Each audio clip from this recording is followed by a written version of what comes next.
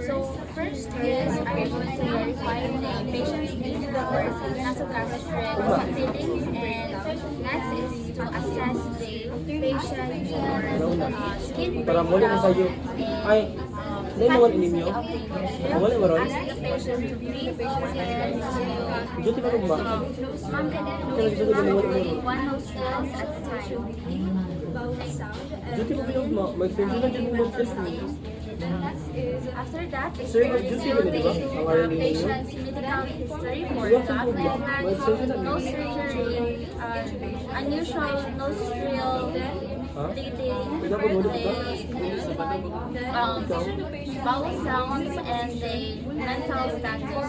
After that is to explain the procedure to the patient's mom to the nasogastric intubation. Next is to inform the patient to communicate using a hand signals or the towel. Next is that I'm going to prepare the instruments needed. Next is to position the patient into a high folder position. If the patient is comatose, I'm going to position the patient into semi-folder position and place a pillow under her head or his head. After that is to put a bath towel on the patient's chest, assuming that there is a bath towel on the patient's chest. Next is to put a wash hands and put on gloves.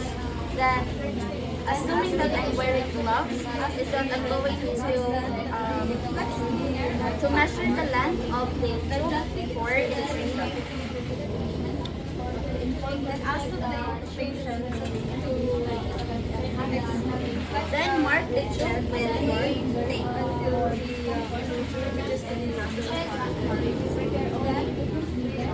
then advance to the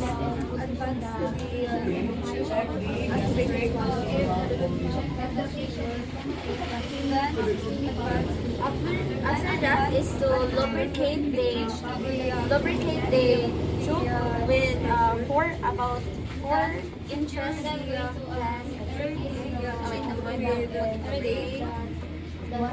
then after that is to I'm going to ask the patient to tilt your hand backwards. Then I'm going to insert the tube. I'm going to insert the tube. Okay. Once the tube is inserted, then if it reaches the nasal part, once it reaches the nasal pharynx, then I'm going to ask the patient to lean forward, her neck forward, then allow her to swallow while inserting. Mom, swallow.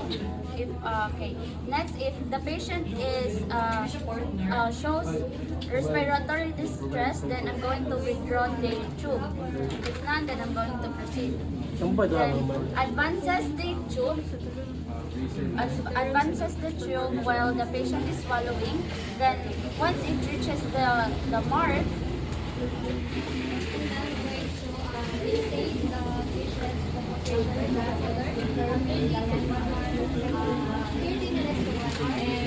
once it reaches the mark, then secure the tube with the tape.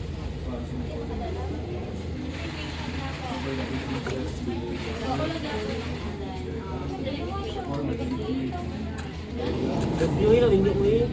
Doon ano ka nag-check one mo?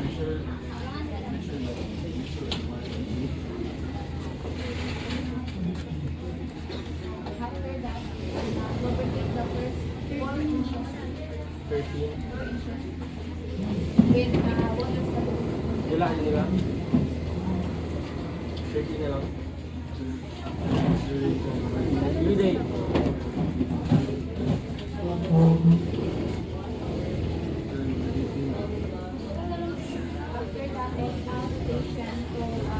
Nara sa square.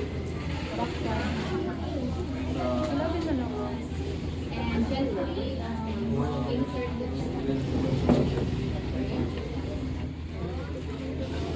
After that is to check the tube placement. First is to insert the density of air to the tube and auscultate. Okay, zero low until asantro. Start with letter X. Xiphoid process. Xiphoid. Xiphoid.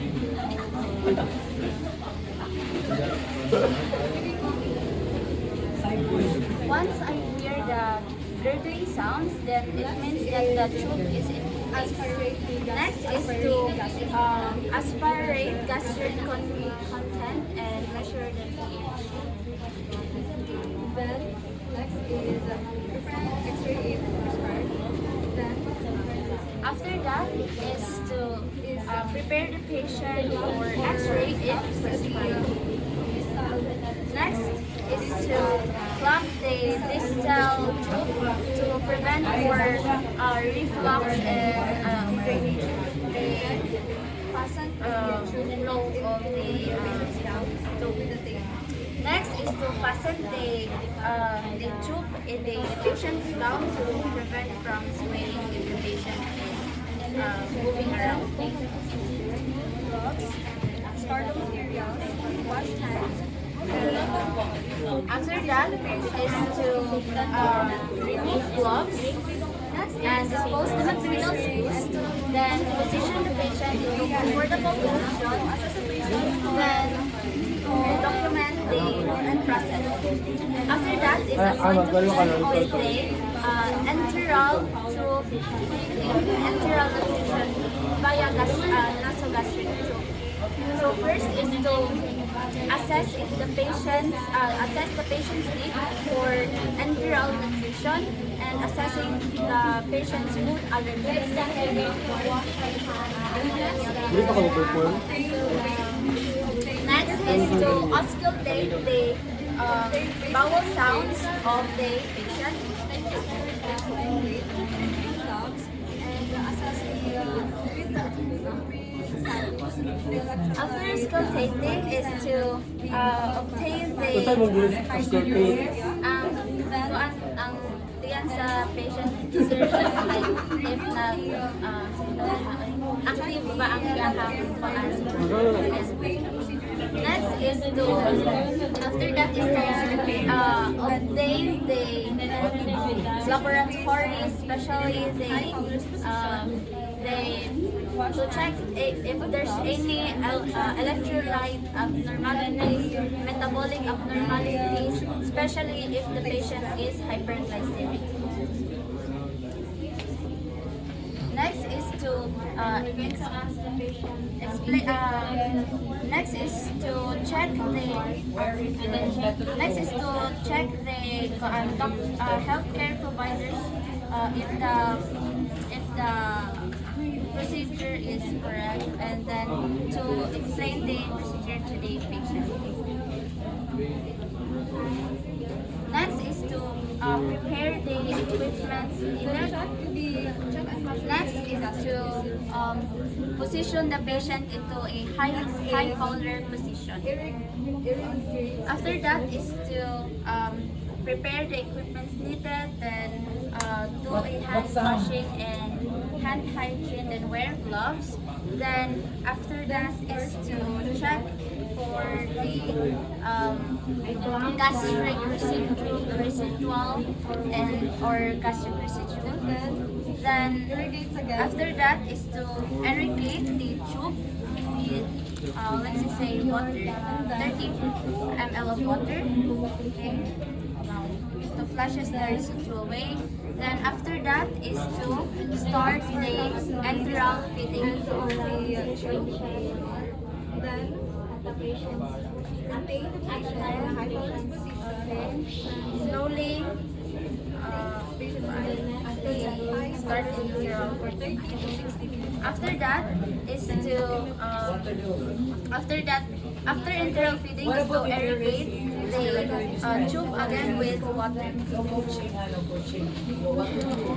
If the patient After that is